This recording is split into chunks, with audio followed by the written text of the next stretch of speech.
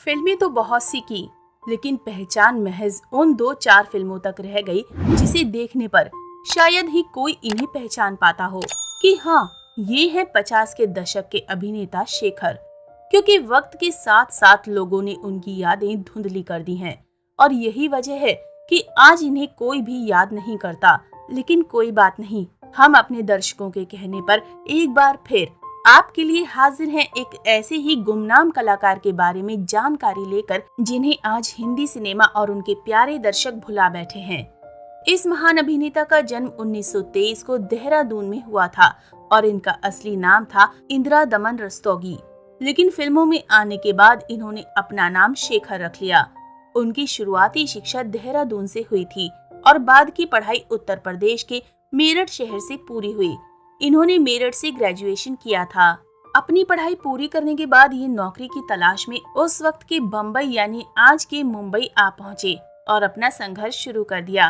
अपने संघर्ष के दौरान इन्होंने ऑल इंडिया रेडियो में रेडियो अनाउंसर की नौकरी पकड़ी। इन्होंने लगभग 18 महीने तक ऑल इंडिया रेडियो में बतौर रेडियो अनाउंसर के तौर पर नौकरी की। लेकिन इनका एक्टिंग के प्रति जुनून और पागलपन इतना था कि उन्होंने अपनी अच्छी खासी नौकरी छोड़कर एक्टिंग की तरफ दिलचस्पी दिखाई। दरअसल उनके बड़े भाई, जिनका नाम मोतीलाल था, वो मुंबई में रॉयल इंडियन नेवी में नौकरी करते थे। इस तरह आप समझ सकते हैं कि इनका फैमिली बैकग्राउंड अच्छा था। घर में सभी लोग पढ़े लिखे थे और अच्छे पदों पर कार्यरत थे। इनके बड़े भाई मोतीलाल की जान पहचान अशोक कुमार यानी हिंदी सिनेमा के दादा मुनि से थी और इसी जान पहचान की वजह से शेखर जी को फिल्मों में एक्टिंग करने का मौका मिला और उनकी हेल्प की उनके भाई मोतीलाल ने। उनकी debut film director Devendra Goyal की आंखें थी, जो 1950 में आई थी। इस फिल्म में इन्हें मेन लीड एक्टर के तौर पर देखा गया। इस फिल्म में भारत भूषण, नलिनी जयंत और अपने दौर की मशहूर डांसर कुकू मौर्य भी नजर आई थी।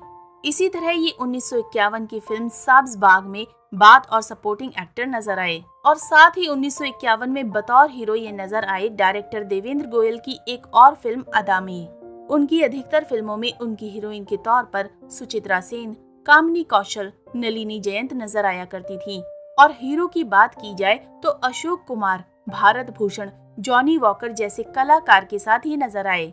इनकी और बेहतरीन फिल्मों की बात की जाए तो प्यास, आंख मिचोली, अभिमान, बैंक मैनेजर ये फिल्में शेखर जी की यादगार फिल्मों की लिस्ट में गिनी जाती हैं। वहीं बतौर अभिनेता इन्होंने 1968 में अपनी आखिरी फिल्म अपना घर अपनी कहानी में काम किया और काफी तारीफ भी बटोरी।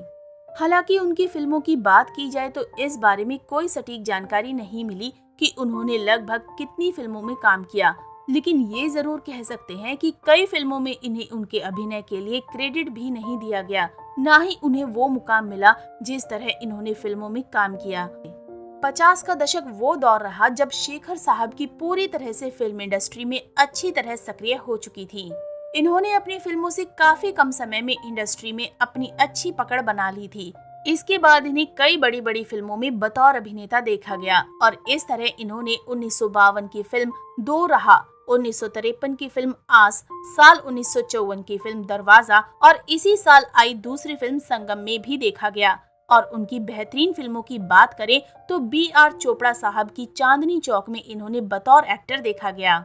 इसके अलावा इन्होंने और भी कई बेहतरीन फिल्मों में काम किया, जिसमें आखिरी दाव भी उनकी बेहतरीन फिल्मों में गिनी जाती है।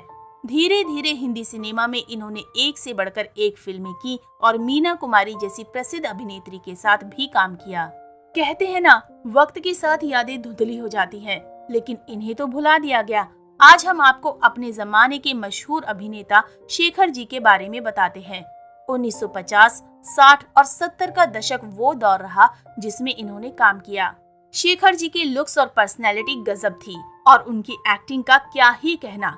लाजवाब एक्टिंग से हर किसी के दिल को मनमोहित करने वाले उस दौर के अभिनेता को हिंदी सिनेमा भूल बैठी है।